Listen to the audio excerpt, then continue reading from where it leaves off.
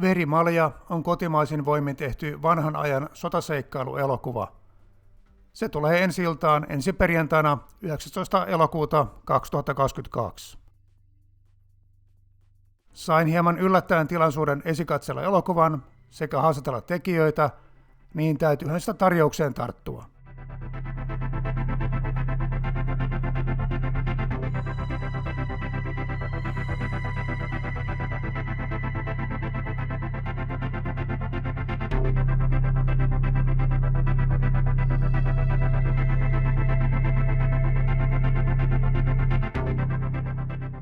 Sain vinkin tästä Verimalja-elokuvasta jokin aikaa sitten, ja koska traileri vaikutti asialliselta, niin Twitterissä hieman promosinkin sitä.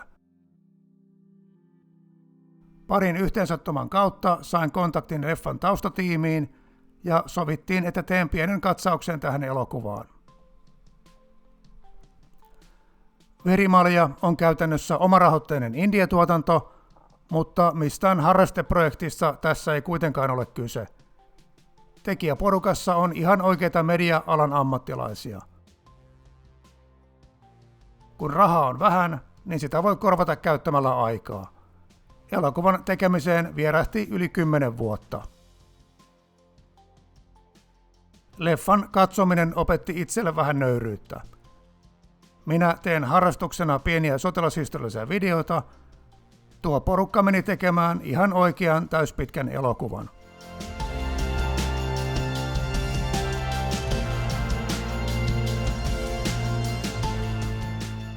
Itse kiinnostun elokuvasta nimenomaan siksi, kun se on kunnianhimoinen, omakustanteinen indie-tuotanto. Porukka on tehnyt haluamansa elokuvan omilla ehdoillaan. Rahaa ei ole palannut paljoa, mutta se on käytetty hyvin. Päällepäin elokuva näyttää ihan tavalliselta elokuvalta. Tekninen laatu, äänet, tehosteet, tarina ja kaikki kestää vertailun isompiinkin tuotantoihin. Verimaljan tyyppisiä sotaseikkailuelokuvia ei hetkeen ole nähtykään. Elokuva ei ole mikään veijeritarina, vaan suhteellisen surumielinen kertomus ihmisistä suursodan pyörteissä. Erityisesti tykkäsin taistelukohtauksista. Ei mitään Hollywood-elokuvien ylidramatisointia, vaan taistelut ovat lyhyitä, kaoottisia ja väkivaltaisia. Jos jotakuta ammutaan, niin siihen kuollaan ilman mitään tunteikkaita jäähyväislauseita. Sotilashistorian harrastajana osaan arvostaa, että yksityiskohtiin on kiinnitetty huomiota. Miljöö, rakennukset ja ajoneuvot sopivat tyyliin. Sotilainen varustus on autenttista, jopa aseistus muuttuu sotavuosien välillä.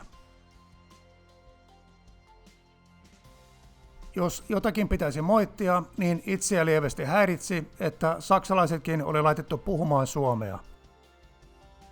Tämä on toki yleinen käytäntö kaikissa englanninkielisissä sotaelokuvissa, mutta en vaan sattunut pitämään siitä.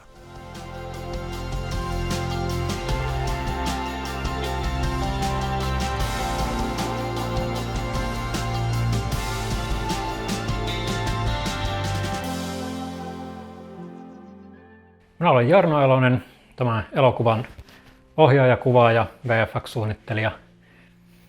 Joo, ja mun nimi on Pekka Rintala, elokuvan tuottaja, käsikirjoittaja ja kaikkea muuta maan ja taivaan väliltä.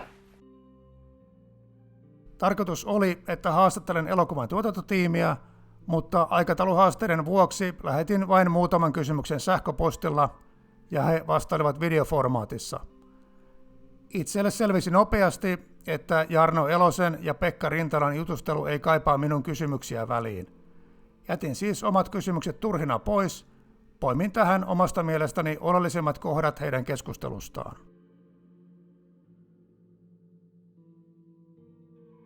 Verimalja on tyyliltään sellainen yhdistelmä perinteistä sotaelokuvaa ja aarteenmetsästystarinoita. Ja minua itteni siinä kiinnosti se, että tämä on aika tällainen erikoinen genre, plus tarina on hyvin erikoislaatuinen.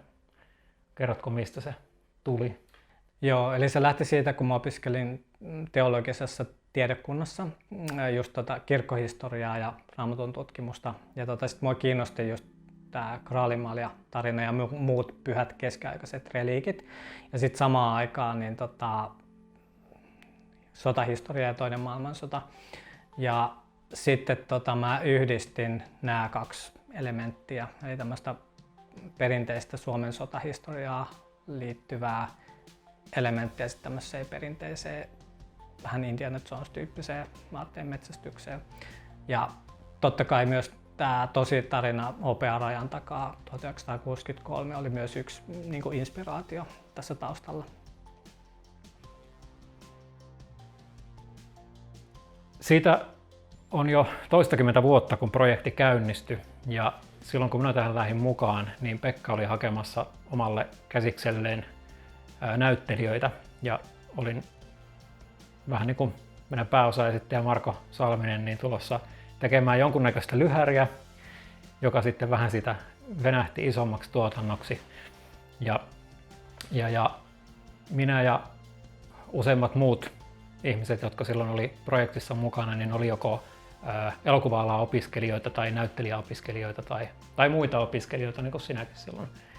Ja tässä oikeastaan kävi sillä tavalla, että projektin edetessä porukka valmistui ammattiin ja samalla oppi tekemään tätä. Eli tätä on tavallaan lähdetty tekemään vähän enemmän harrastajaprojektina, ja sitten kun ihmisistä on tullut enemmän ammattilaisia tällä alalla, niin kunnianhimo on kasvanut ja jälkitöissä sitten tehtiin ihan täydellä höykällä sitten kaikki.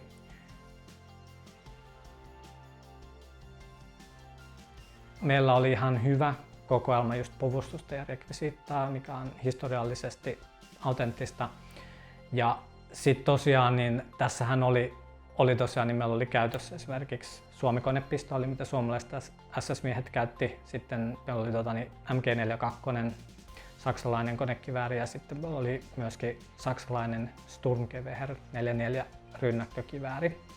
Ja sitten paljon muita venäläisiä ja saksalaisia aseita. Ja sitten myös tietysti näitä venäläisiä panssarivaunuja ja saksalaisia ajoneuvoja. Eli paljon just oli ajanmukaista rekvisiittaa, puvustusta ja ajoneuvoja. Maximum on suosikki. Se on jotenkin niin klassisen näköinen vehje. Kyllä. Kenes se oli? Se oli Valtteri Lindholmin. Se, että tätä on tehty niin pitkään, myös auttoi siinä tuotantoarvojen ylöspäin saamisessa, että vaikka meillä ei ollut hirveästi rahaa käytettävissä, niin me pystyttiin sitten odottamaan esimerkiksi, että milloin päästään kuvaamaan vaikka panssarivaunuja tai junaa tai että milloin vaikka sotalaiva olisi liikkeellä. Ja rekvisiittojen kanssa vähän sama juttu, että sitä mukaan kun oltiin kuvattu jotain, niin pystyttiin myymään pois vanhaa tavaraa ja ostaa uutta tarvittavaa tilalle.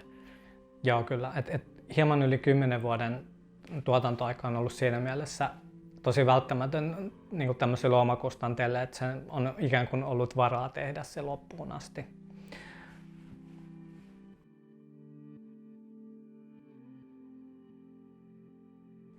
Kenelle tämä elokuva sitten on tehty, kenen tämä kannattaisi mennä katsomaan? Sanoisin, että ihmiset, jotka tykkää tällaisesta genrestä, eli sotaelokuvasta tai aarteen metsästysseikkailuista, tai sitten muuten vaan tällaisesta vähän isommasta indie-jutusta, niin tervetuloa elokuvateatteriin, tai toivottavasti saadaan streaming-palveluihin myös, niin sinne myöhemmin sitten.